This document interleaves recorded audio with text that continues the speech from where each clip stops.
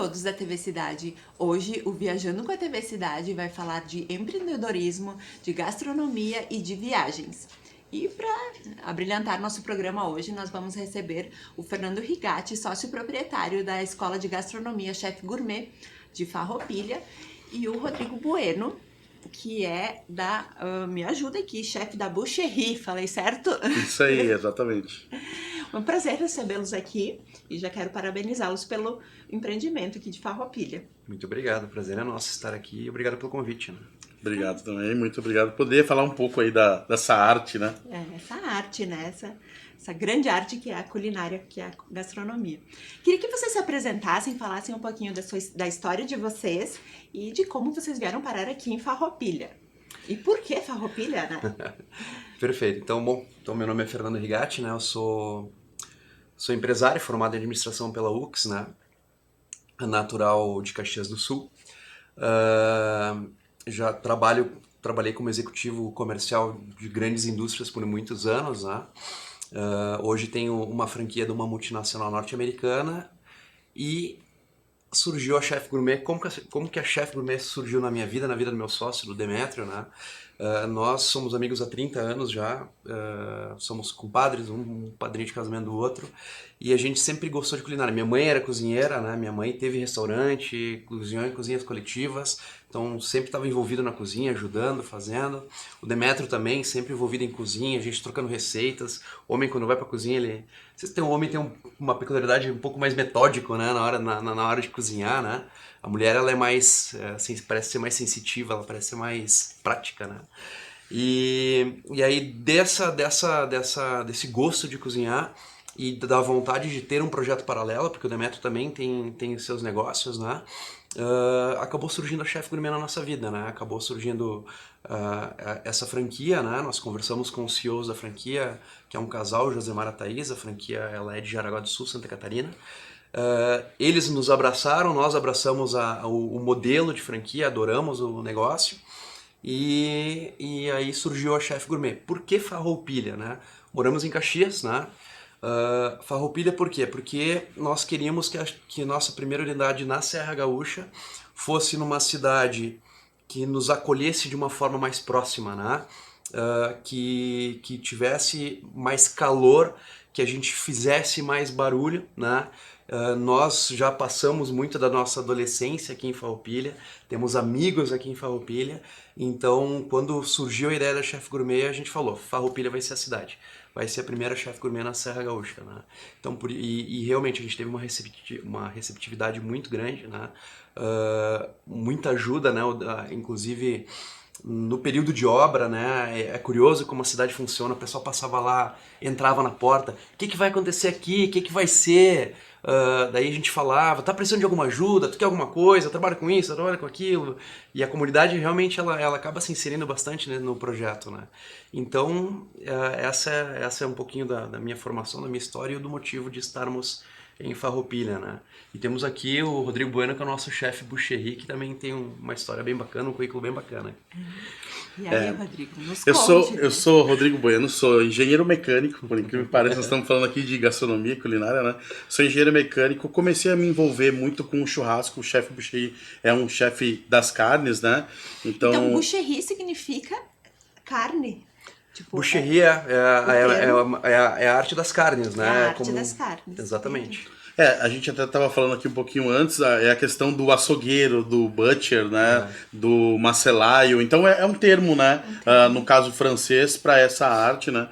E eu, dentro das minhas pesquisas, das minhas viagens, me encantei muito pelo churrasco americano, né? Então... E sempre gostou de carne, isso Sim, da vida toda. Eu nunca me envolvi com gastronomia, diferente dele que tem um background já, que tem uma vontade.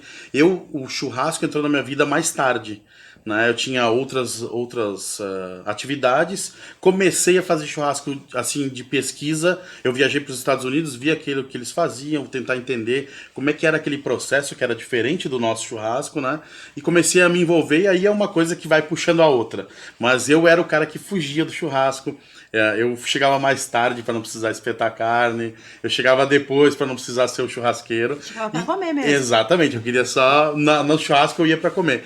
E depois que eu fui me envolvendo, isso foi me trazendo essa paixão, E assim. teve algum momento que deu esse clique assim, ou foi gradual, foi em alguma viagem? Eu acho que foi gradual. Eu comecei a pesquisar esse tipo de churrasco, que foi o que me atraiu para esse mundo. E aí eu digo sempre que a gente tem que cuidar porque isso vicia, né? Eu fui atraído para dentro do mundo do churrasco e aí depois a gente começa a se especializar nas outras coisas, né? Então a minha especialidade maior é churrasco americano, mas a gente acaba virando um estudioso disso e vai atrás para entender que corte, da onde saiu, como que é tirado aquele corte, e tudo isso vai nos trazendo, a gente vai indo cada vez mais fundo, né? E o churrasco americano, né? Quais são as grandes diferenças, as particularidades? Como é o churrasco americano? O churrasco americano ele é um pouquinho diferente do nosso. O churrasco brasileiro a gente faz a carne em cima da brasa, né? O argentino também. No churrasco americano é um churrasco de cozimento indireto. Então o fogo ele fica afastado da carne. A carne pega aquele calor mais brando, vamos dizer assim.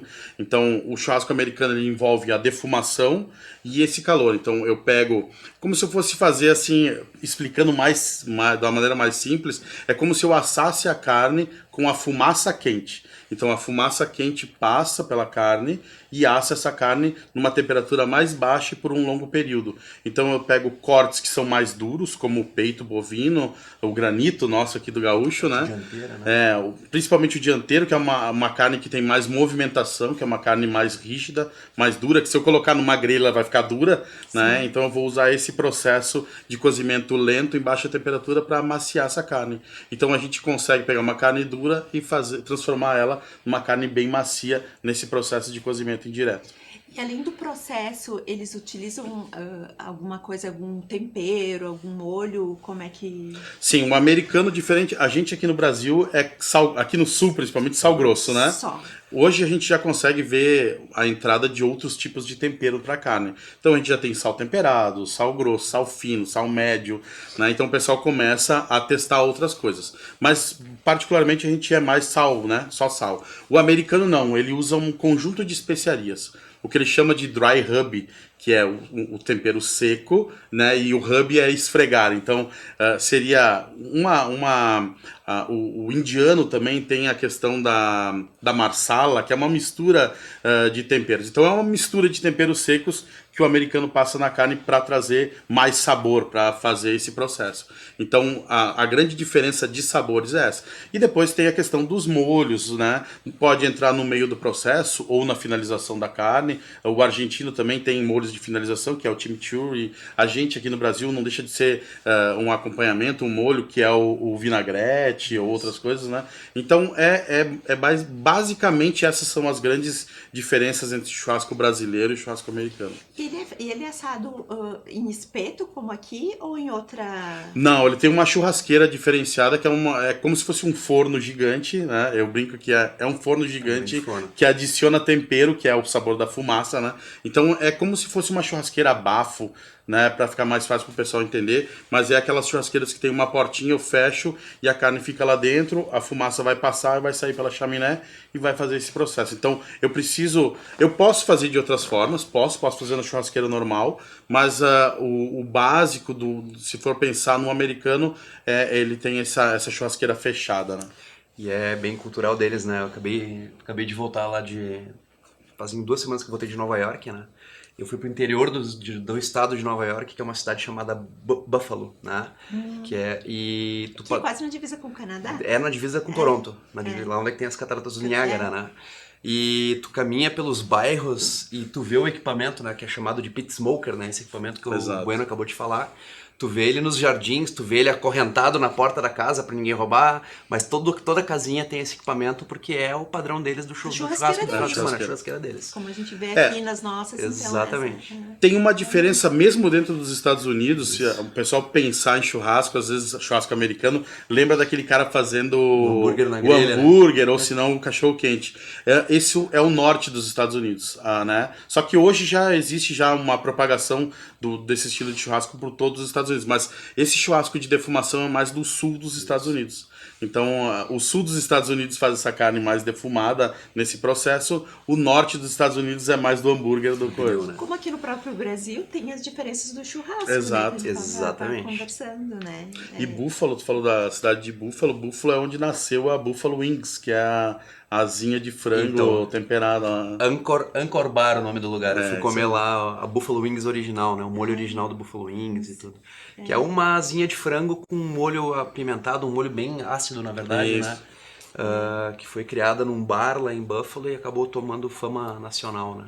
A gente passou uma vez por Buffalo, a gente saiu também de Nova York de carro, foi até Washington, Filadélfia, passou por uma cidade chamada Hershey, que é a cidade do Sim, chocolate, que é o chocolate. tem um parque. Ele criou a tá? cidade, na verdade, o É, Hershey's, né? Criou a cidade em volta da fábrica, né? E tudo baseado em chocolate lá na cidade, e a gente foi até Buffalo, foi até as cataratas, enfim, é uma road trip não tão tradicional, Não, que as pessoas não é. não fazem muito, mas é linda, né? O interior, o norte dos Estados Unidos é muito bonito. Exatamente. E a questão da carne, né, do gado, interfere a forma como ele é criado, que ele se alimenta, interfere no produto final? Sim, bastante até. O Rio Grande do Sul, o Uruguai, né, tem essa carne de extrema qualidade, muito devido ao nosso pasto, vamos dizer assim. Então, até eu escutei um especialista falando uma vez que eu acho tão interessante, que ele disse que aqui no sul a gente tempera o gado por dentro, que ele come a pastagem com várias plantas diferentes, e isso faz com que a gente tenha um sabor característico nosso.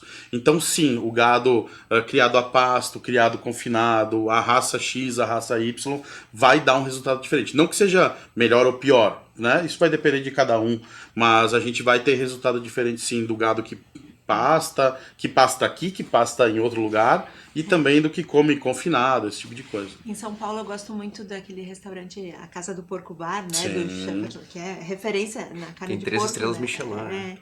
E também, né? O processo dele começa com o porco lá na criação, né? No sítio, tudo para ter realmente o produto que ele quer ali, né? Exato. Né? Eu participo muito de competições, né? Até não falei, eu disputei já campeonatos de churrasco nos Estados Unidos e na Austrália, e é muito comum o competidor, às vezes, criar o próprio animal para saber qual é o estilo de sabor que ele vai entregar lá no final. Então tem muita gente que pega o porco e alimenta só com castanha, só com...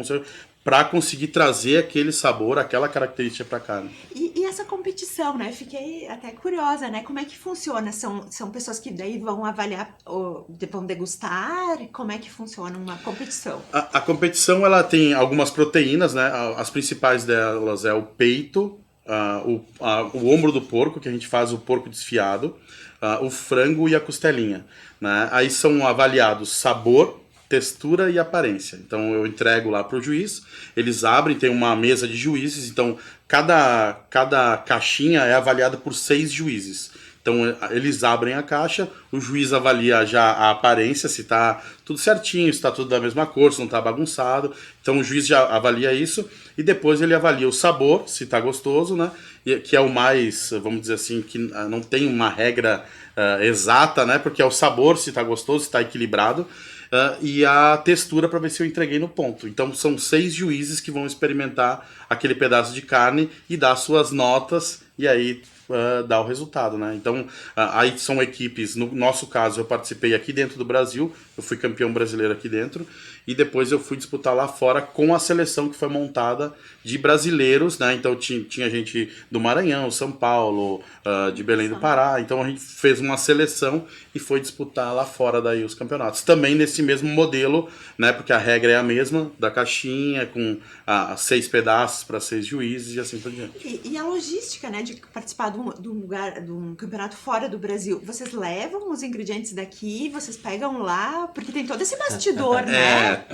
Isso é interessante porque assim, tudo a gente tem que comprar lá, porque a gente não consegue levar as coisas daqui, né? Então já sai em uma certa desvantagem. Exato. O equipamento tem que usar o que tem disponível lá também.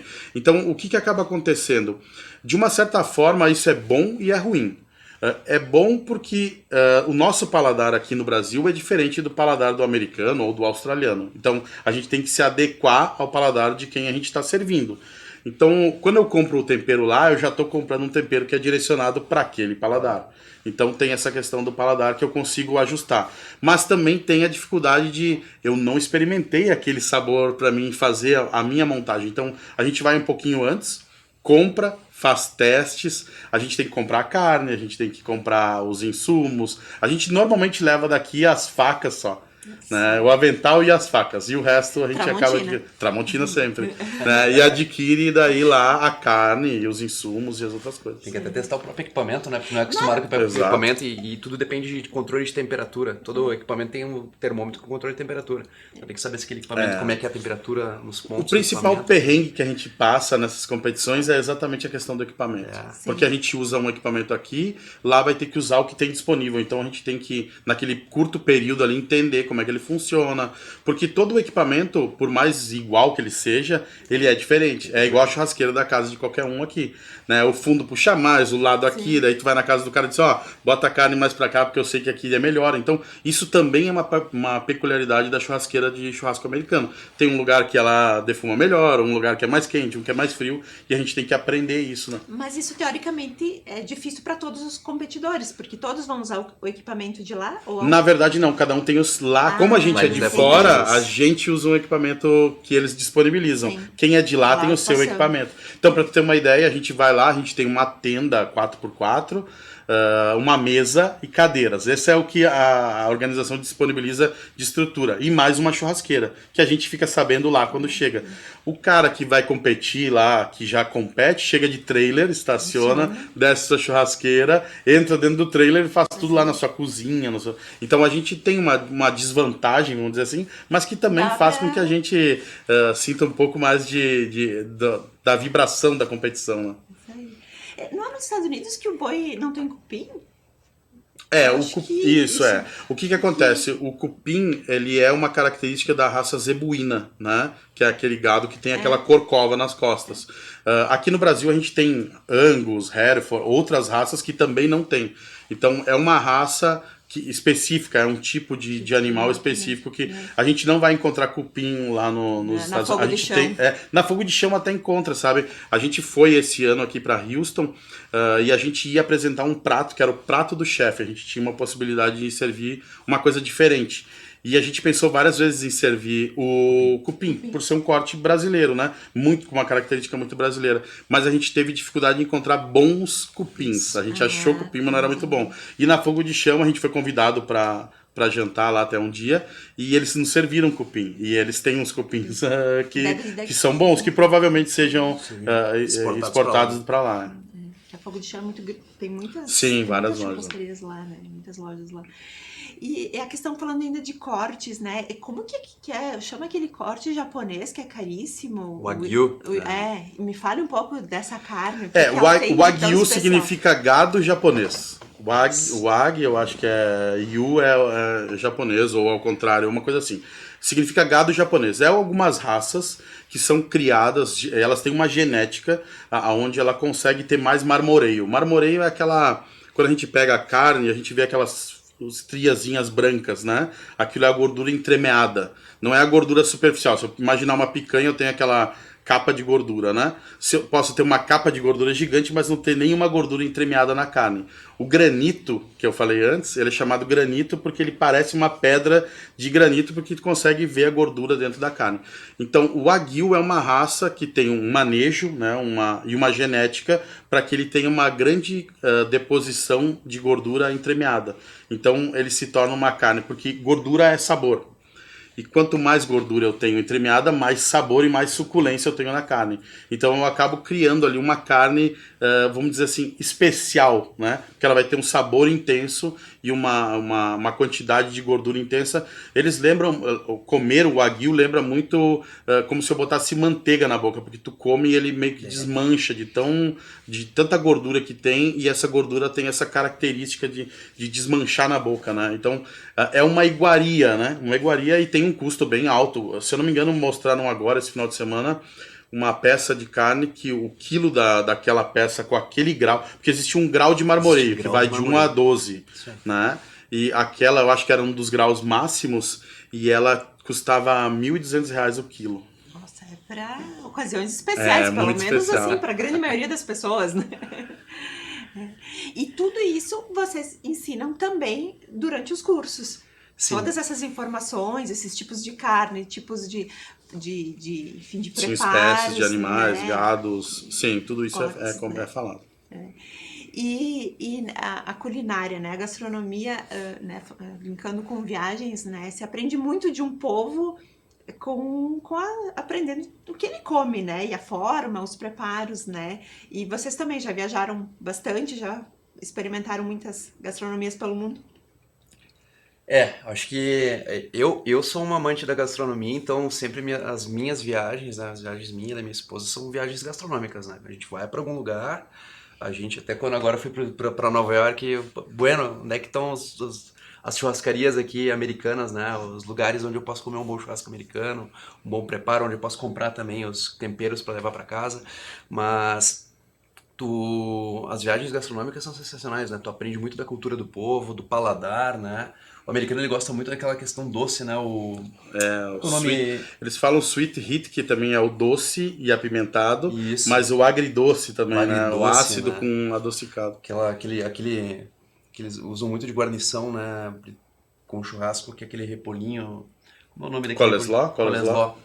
Que é adocicado, que não é muito nosso paladar, né?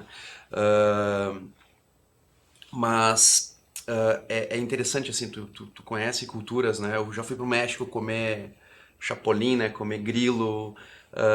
2019, Tailândia, comer escorpião e tarântula frita, jacaré. Então, Tem uma são história legal no iguarias, Vietnã. né?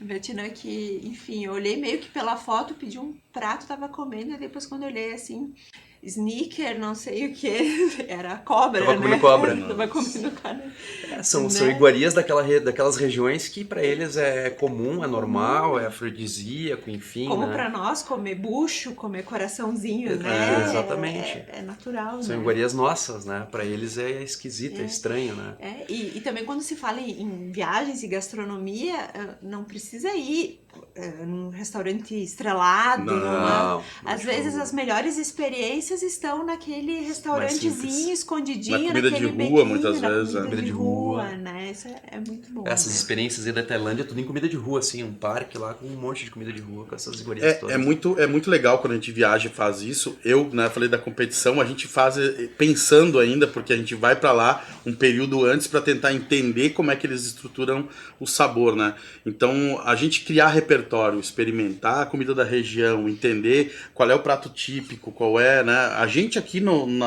se a gente pegar Farroupilha, Caxias, outras cidades, a gente já tem pratos que são locais, né? A gente tem o Bauru em Caxias, tem o Galeta Primo Canto, aqui em Farroupilha eu não conheço tanto, mas provavelmente também tenha vários cortes aí e comidas que são típicas daqui. E aí a gente vai e experimenta e consegue entender um pouco do panorama geral daquilo que está acontecendo ali, né? Tu vai criando um repertório de sabor também. Eu vou experimentar uma erva que é usada aqui. A gente tem a sálvia lá em Caxias. Vou usar Caxias, né? Mas se a gente for pegar outros lugares, a gente tem às vezes um tempero específico de um lugar aonde aquele tempero traz uma característica e tu vai entender que aquilo aconteceu porque veio a imigração. O americano tem isso na questão dos molhos. Tu vai para os Estados Unidos, ele é dividido em várias regiões, né, como aqui também é.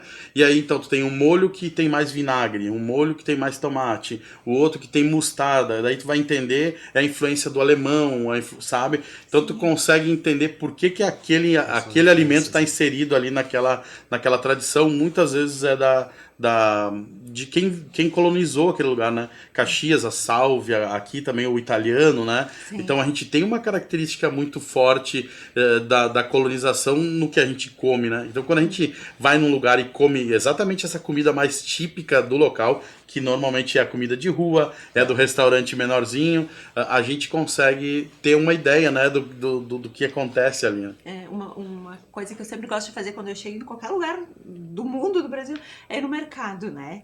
É olhar uma as delícia, marcas, ver as frutas, os temperos, assim, no mercado local, assim, Isso. é muito bom. E no Brasil mesmo a descobre gente muita tem coisa, isso. né? A gente tem aqui no sul uma característica de clima e a gente tem o norte, né? Quando a gente começa a estudar essas questões de estilos de churrasco, de temperos, tu começa a ir para umas coisas assim que para nós aqui parece de outro planeta e é uma planta do Brasil. Só que aqui não, Não é típico. aqui ela não é típica, Ela não mas nasce lá aqui. na Amazônia Amazônia. ela tem. Então tu começa a fazer essa brincadeira. A gente levou para os Estados Unidos cachaça de jambu. Jambu, ele faz um efeito na boca que ela Anestésico, é um né? anestésico. Ele amortece a boca. E a gente levou para os americanos, toma um golinho da nossa cachaça aqui. E eles ficaram fascinados. Como que aquilo, se aquilo era usado na medicina, eles perguntaram a nós. Que como que aquilo fazia aquele efeito. A gente viu o australiano brigar pelo último golinho. Levar pra Porque vender no queria próximo. experimentar e mostrar pro amigo, sabe? Sim. Então, como essa questão de temperos, tradições, a gente pode. Ela ganha um universo gigantesco quando a gente viaja, né? E agora entrando especificamente, né, na escola de gastronomia, gostaria de saber o que vai ser oferecido, como que vai funcionar. Então, na verdade, a gente tá trazendo a grande base dos cursos da franqueadora para cá. Tem muito curso ainda para lançar, né? Então, o carro-chefe, assim, que é onde tem mais procura, são os cursos de chefe de cuisine e o patisserie boulangerie, né? São cursos um pouquinho mais longos. São mais profissionalizantes. Exato, Então. são voltados para quem quer seguir no ramo gastronômico, né? Quer abrir seu próprio negócio ou trabalhar nisso, mas tem muito também daquela pessoa que já domina a técnica, tipo, eu, Fernando, já sei cozinhar bastante, já conheço bastante técnica, vale a pena fazer um curso por hobby? Não, vale a pena fazer um curso de chefe de cozinha, porque lá eu vou aprimorar mais, eu vou conhecer mais técnicas. Então, se tem uma pessoa que já tem bastante conhecimento, é melhor ela seguir no chefe de cozinha. Agora, eu não sei fritar um ovo. Vamos no de hobby, vamos aprender a base, vamos aprender algumas técnicas, né? Que ali já tem um repertório bem grande, né? Até a gente brinca no Chef Gourmet, né? Tu não sabe fritar um ovo e lá se ensina a fazer 7 tipos de ovo. Nem eu sabia que tinha 7 tipos de ovos, né? Então tem bastante coisa Já começa aprendendo uma coisa, que tem 7 tipos de ovos. Exatamente. O patisserie boulangerie, que é panificação e confeitaria, né? Também tem o profissional e por hobby. E o por hobby, ele é muito extenso? São Não, módulos? a duração dele é metade da duração do profissionalizante, né? São todos os cursos por módulos, né? Inclusive tem uma brincadeira bem bacana na Chef Gourmet. Cada módulo tem mais ou menos 4 aulas, é uma aula por semana, então a cada um mês finaliza um módulo. A Chef Gourmet ela tem o tema da gastronomia na prática, né? É um grande diferencial para outras escolas de gastronomia. Bom, primeiro, qual que é o grande diferencial? Ela vem para cidades não tão grandes. Só vai ver escolas de gastronomia, outras escolas de gastronomia ou concorrentes diretos da Chef Gourmet em capitais. A Chef Gourmet chega em outras cidades também, né? E por que gastronomia na prática? Essas outras escolas, tu tem lá 40%, 50% de teoria. E a Chef Gourmet não, chegou na escola, bota a mão na massa.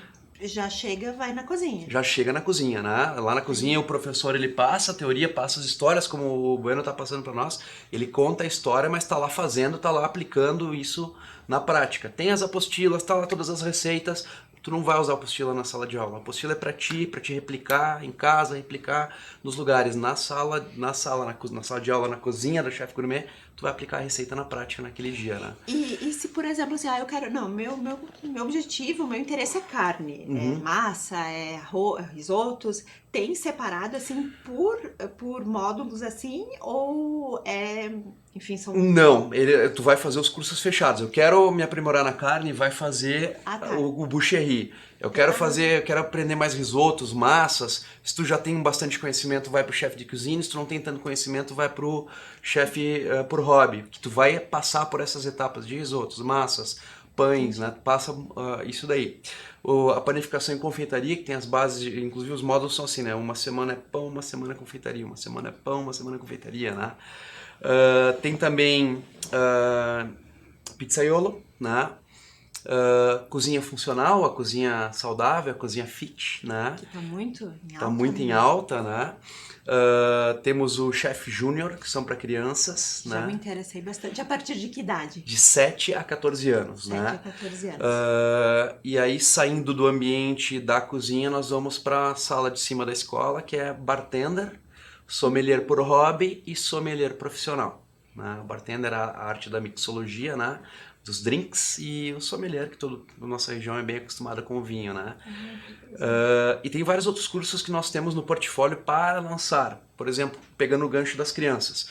A gente tem ali no nosso portfólio o lançamento do Chef Kids, que daí pega crianças de 4 a 6 anos. A gente está de 7 a 14 e pega os menorzinhos de 4 a 6, né? Por que a gente não lançou ainda? Tem que fazer algumas adaptações na cozinha. E esse curso daí sim precisa da presença de um adulto, né? Senão o professor fica maluco correndo atrás das crianças, né? Já tem uma de 5 para esse curso. Exatamente, daí vai o pai, vai o padrinho, vai a avó, aí é o lazer para todo mundo, né? Receitas mais simples, obviamente, que eles tenham condições de fazer. Para as crianças é muito bacana porque cria uma habilidade, cria um conhecimento, cria toda aquela rotina de trabalho em grupo, de trabalho em equipe, estimula a criatividade, né? Ajuda até no desenvolvimento motor, Desenvolvimento né? motor, tu tá mexendo com Sim, ingredientes, sim. né? A gente tem todo o cuidado na questão de facas e tudo para evitar qualquer tipo de acidente, então tem todo um cuidado, né? Outros cursos que nós temos no nosso portfólio para lançamento, né? Para os próximos meses. Já tem o chefe cozinha vegana, que a gente chama de Vegan and Plant-Based, né? Cozinha vegana e baseada em plantas. O mestre cervejeiro, né? A gente tem curso de garçom, fotografia gastronômica. Hoje, né, a gente tá sempre no celular. Nós somos blogueiros da gastronomia, né? Tu vai lá jantar, a primeira coisa que tu faz quando bate o prato na mesa é tirar aquela fotinha do prato, né? E é muito importante essa parte aí, porque muitas vezes um bom prato é mal fotografado e acaba queimando até o prato, né?